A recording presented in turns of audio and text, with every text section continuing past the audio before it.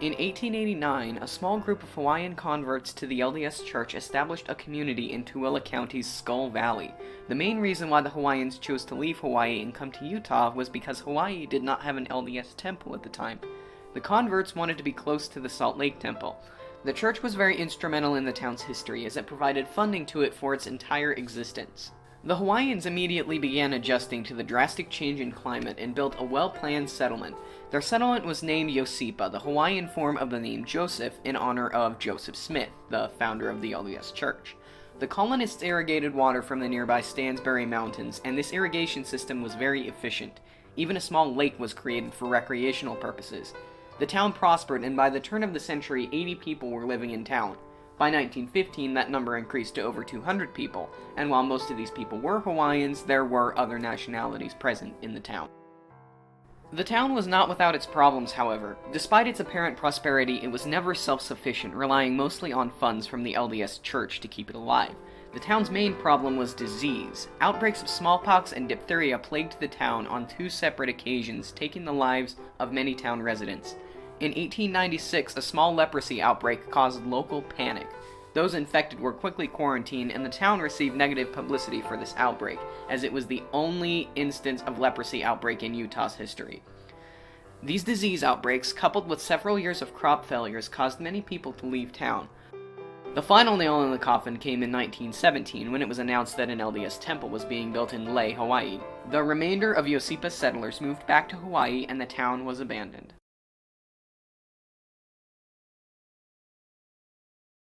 Midlake is the only ghost town site in the country that is only accessible by boat. At the turn of the 20th century, the Southern Pacific Railroad Company decided to build a railroad across the Great Salt Lake as a quicker alternative to the much rougher transcontinental route built more than 30 years earlier.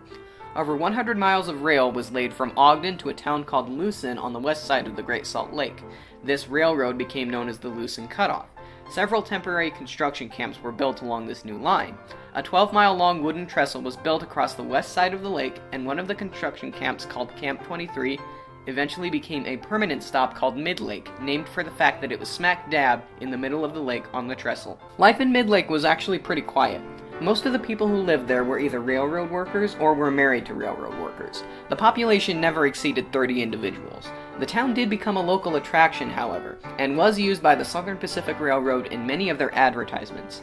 Many travelers along the new line were curious about the town in the middle of the lake. Midlake became a minor tourist attraction, though hardly anything was done to capitalize on this concept. Midlake was an important stop for trains, as it provided a resting place before they continued across the lake and into the salt flats west of the lake. A train order office was established for the convenience of the engineers driving the trains. With the advent of centralized traffic control by radio in 1945, however, Midlake was made obsolete. Its facilities were moved to a more convenient location several miles east, and the town of Midlake was dismantled. The trestle that the town was located on was bypassed by a more convenient and easy-to-maintain rock fill in the 1950s. Nothing remains of Utah's town in the middle of a lake.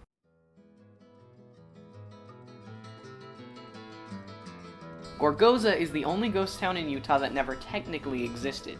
In the 1880s, Brigham Young's son, John Young, was building a railroad to connect Salt Lake City with rich silver mines in the Wasatch Mountains. Running low on funds, Young made a business trip to New York City, where he was unsuccessful at raising enough money. However, he did hear of a Spanish nobleman by the name of Rodriguez Velázquez de la Gorgozada, who may have been willing to fund his railroad. Young wasted no time, and he and a few business associates sailed to Spain. Their first meeting with Gorgozada didn't go so well. Gorgozada was not impressed and considered the investment too risky. Young was able to convince Gorgozada to give him another shot, however, and his associates hatched a harebrained scheme that they were sure would convince Gorgozada to fund their railroad. They drew up a map of a magnificent city, complete with street names, city blocks, and named businesses. They gave the name of this city Gorgoza, named for Gorgozada. When this information was presented to Gorgozada, he was delighted and immediately invested in Young's railroad. Using Gorgozada's money, in 1890, Young's railroad was built into Park City, one of the mining settlements in the region. The magnificent city that was promised Gorgozada was never built. In fact, not a single building was constructed where Young had promised to build. Soon after the railroad was completed, Gorgozada announced that he would be making a surprise visit to the United States to visit his city. Young and his associates quickly assembled a group of hastily constructed wooden shacks, nothing like they had promised. When Gorgozada traveled the complete railroad and was shown the city named in his honor, he was outraged. He threatened legal action for his financial letdown, but Young never compensated him, nor was Gorgozada ever paid any money for his investment. However, he was able to bankrupt Young's railroad. The area that used to be Gorgoza is now a park appropriately named Gorgoza Park. Houses and world-class ski resorts dominate the landscape that was once barren and disappointing to Senor Gorgozada.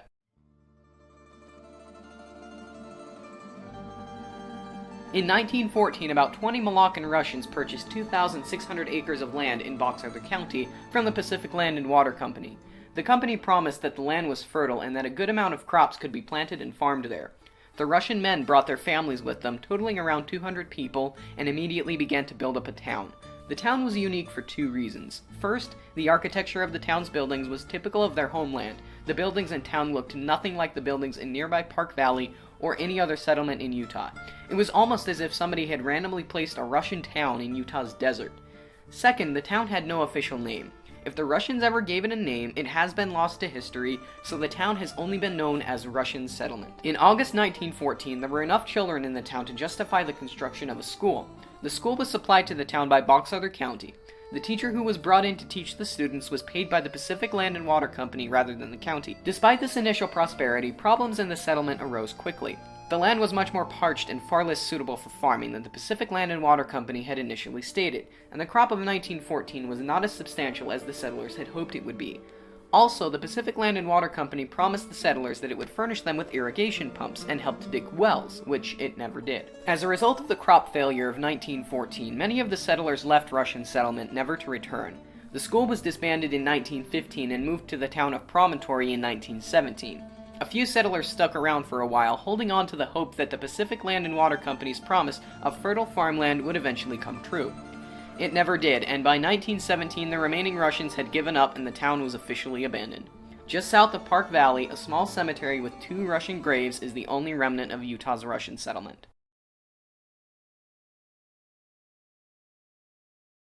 Camp Floyd was established by the Army in Utah County in the wake of the Utah War, a conflict between the Mormons of Utah and the United States government. Troops arrived in the area in 1858 and immediately set up camp near the small town of Fairfield. The encampment consisted of structures built from adobe brick, and a large fort was also constructed. More than 3,500 troops and civilian employees called the encampment home. This was equal to almost a third of the size of the entire Army at the time. The camp was named for Secretary of War John Floyd. Fairfield ballooned into a large community, becoming Utah's first boom town. Within a year, over 7,000 people called Fairfield home, which made it the second largest community in Utah, behind Salt Lake City in population by only 1,000 residents. Saloon and gambling halls were built. When a major stage route was established through town, an inn was built for travelers. A substantial brick school building was built for the hundreds of children in town. A newspaper churned out the local news. For a number of years, Fairfield and Camp Floyd were wild places. The Utah War conflict ended soon after Camp Floyd was constructed. At this time, the enlisted men posted there performed garrison duties, including protection of settlers and, later, assisting the riders on the famed Pony Express. Camp Floyd got its supplies from Fort Leavenworth in Kansas, which was an expensive ordeal. Some speculate that John Floyd, who turned out to be a Confederate sympathizer, intended to drain the finances of the United States Treasury through Camp Floyd. When Floyd defected to the newly established Confederate States of America at the end of 1860, the encampment was renamed Fort Crittenden for Senator John Crittenden of Kentucky, who worked successfully to convince the state not to secede from the Union. The encampment was still the largest of its kind in the country, though its purpose had long since been defeated. As the Civil War escalated in 1861, there was more and more talk of moving the soldiers back east to fight in the war. This was finally done in July of 1861. The entire fort and encampment were abandoned, and Fairfield shrunk to a much smaller size. The Army left little behind as their legacy. All that remains of the original Camp Floyd is a well-maintained cemetery.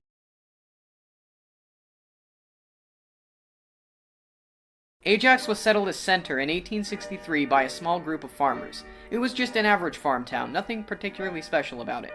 When William Ajax built a dugout in the town, its history changed forever. William was a merchant from Salt Lake City who moved to Center after his business failed. Soon after he arrived, he began selling dry goods to the local farmers in the town. He built a 2-room addition to his dugout, living in the lower level and running his shop in the upper level. By 1870, a post office was established, and although the town's official name remained Center, everybody called it Ajax. William began to envision a larger operation as his business was prosperous. He was selling goods to local farmers and miners who were working recently opened silver mines in the nearby Oquirrh Mountains. William purchased more land in town, dug a 15-foot deep hole 1,800 square feet in size, and built his store in this large hole. William expanded his assortment to include more than just your average dry goods. Within a year, the finer things were being sold in the Ajax underground store.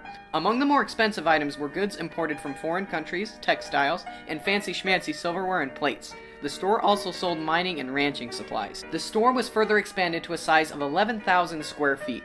By 1890, livestock was being sold by the store, and a large hotel called the Ajax Hotel was built above ground for the benefit of weary travelers. William reputedly had over $75,000 worth of merchandise in his store. By far the most busy place in the county, the Ajax Underground store also reputedly did more business than any similar location in Salt Lake City. Where William had failed in Salt Lake City, he was now a success in Tooele County. As the mining districts in the region began to go stale, the store took a hit in activity. Mail-order catalogs were also becoming more popular at this time, negating the need to go to an actual store for supplies. The death of William Ajax in 1899 didn't exactly help business either. The store was left to his sons, who continued to run the business. When the mines of Mercer, one of the largest mining towns in the region, closed in 1914, the store closed its doors for good. A wandering homeless man took shelter in the store many years later and accidentally burned it to the ground, leaving just a depression to mark the location of the unusual underground store.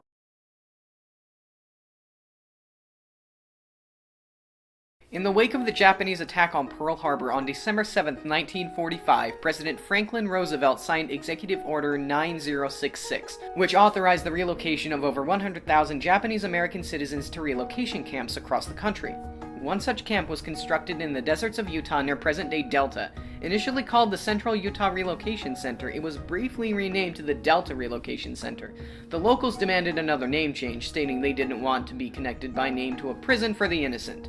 The camp's name was then changed to Topaz, named for nearby Topaz Mountain. Over 9,000 Japanese Americans were relocated to this location, leading it to become Utah's fifth largest city. The city was organized neatly with a central living area, a business district, and barracks for the guards. Unlike most other Japanese internment camps, where life was meant to be miserable, the guards attempted to make things as comfortable for the residents as possible. A high school was built and a sports team called the Rams was founded. Residents were encouraged to walk around town and grow their own gardens. Regardless of these relatively decent living conditions, the general feel around Topaz was miserable, since these people had been forcefully relocated to a new location. A film called Topaz was illegally filmed by one of the internees. Dave Tatsuno garnered the support and assistance of his supervising officer and had a camera smuggled into the camp. Between 1943 and 1945, Tatsuno filmed everyday life scenes in the camp. This is a couple who met in camp and were married. And here is the picture of the staff, 17 young ladies and 4 men. I got on top of the roof to take a shot of the sea of roofs. The Second World War ended on September 2, 1945. Following the end of this war, large numbers of the internees of Topaz were allowed to return to their former homes. Topaz was officially closed on October 31, 1945, though most of the internees had been moved before that date.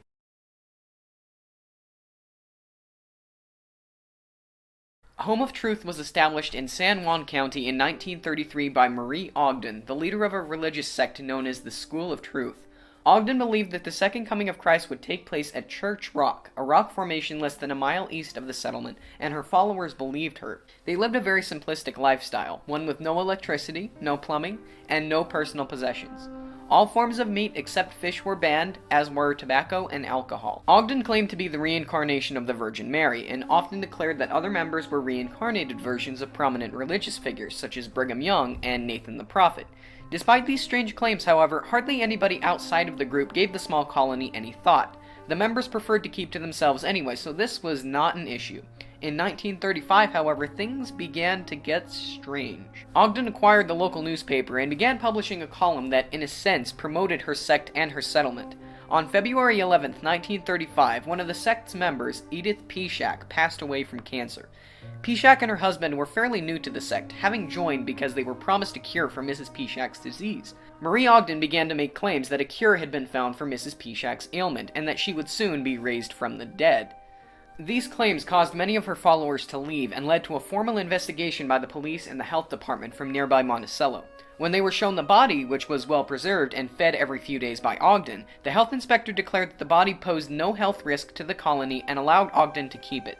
At this time, popular Utah newspapers such as the Salt Lake Tribune got word of the strange practices and beliefs of Home of Truth and began publishing articles calling the colony and Ogden's teachings cult-like. This caused a few other members to leave, but it only got stranger from there. In 1937, Ogden again stated that Peshach could be brought back to life, and that it was only a matter of time before the world would see. Authorities investigated again, but this time Peshach's body could not be located. One of Ogden's former followers came to authorities and confessed to helping Ogden destroy Peshach's body soon after the initial investigation ended in 1935. Ogden was arrested and incarcerated in the San Juan County Jail. When Ogden was released from prison, she returned to Home of Truth, only to find that most of her followers had left. The town was abandoned in the 1970s, and Ogden herself was confined to a nursing home in Blanding, where she died in 1975 at the age of 92.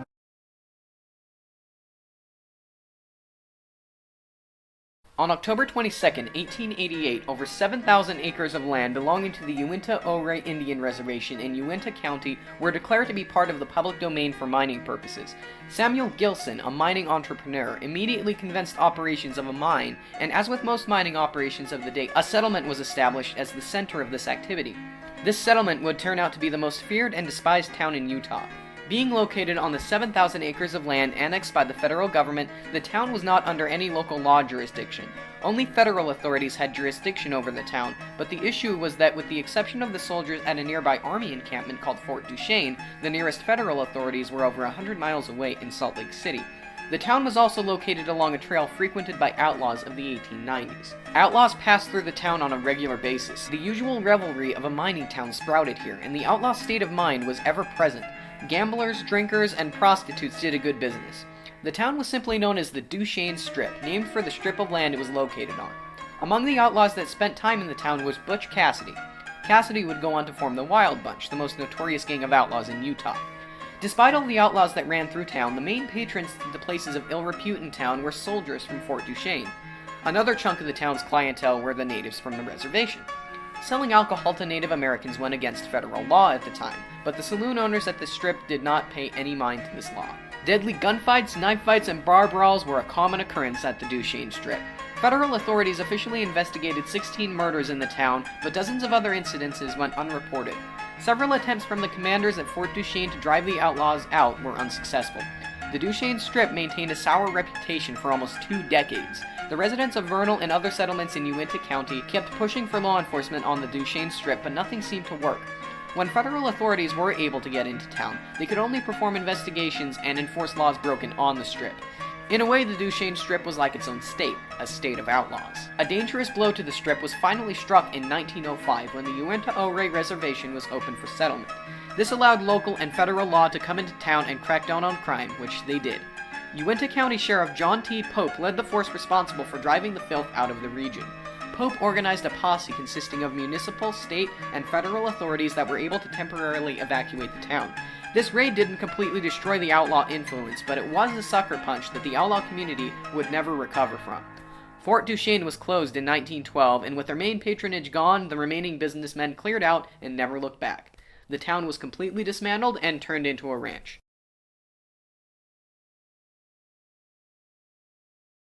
Promontory began life as a temporary construction camp for the Central Pacific Railroad. It was typical of all other construction camps. Tents, which housed the workers and a few businessmen, were strewn about in a disorganized manner. On April 10, 1869, it was announced that the Transcontinental Railroad would officially be completed at this location. After this announcement was made, Promontory immediately boomed. Dozens of businessmen moved into town, and a rough main street was finally organized. On May 10, 1869, the railroad was formally completed. Passenger operations began the next day. Promontory became the junction point between the two railroads, and several significant railroad facilities were built on the north side of the railroad. The south side contained the town itself, which was taking on a more permanent appearance with each passing day. Typical of railroad towns, gambling, drinking, and prostitution were popular activities in Promontory. The town had a particularly sour reputation, so bad in fact that the railroad companies advised their passengers to stay away from the town and remain on the railroad side, which had its own hotel and a restaurant. Despite the warning, many passengers did venture into town, and some never left alive. The vice didn't last forever, but while it did, it struck fear into the hearts of travelers. One newspaper reporter wrote that he wished Promontory would burn to the ground. This reporter happened to be from Elko, another railroad town with a violent past. At the end of 1869, the Central Pacific Railroad purchased the Union Pacific Railroad's track from Promontory to Ogden, and Ogden was made the official junction point of the two railroads. Most of Promontory's facilities and degenerates followed this move, and by 1870 only about 40 people were living in Promontory. The town itself did not die with this decline in activity as most other railroad towns did. It became a central shipping point for the local cattle and farming industries. Though the vice was long gone, the town remained. A hotel, general store, post office, and one-room school remained in town. Promontory had a more peaceful air to it after all the riffraff left. This prosperity lasted until 1942, when the rails through Promontory were removed for use in the World War II war effort. A ceremonious undriving of the last spike took place. Today, Promontory is a National Historic Site. It has been restored to appear as it did when the railroad was completed. No trace of the town exists, but with reenactments being performed every weekend during the summer, visitors can get a good idea of what it was like to witness the historic joining of the East to the West.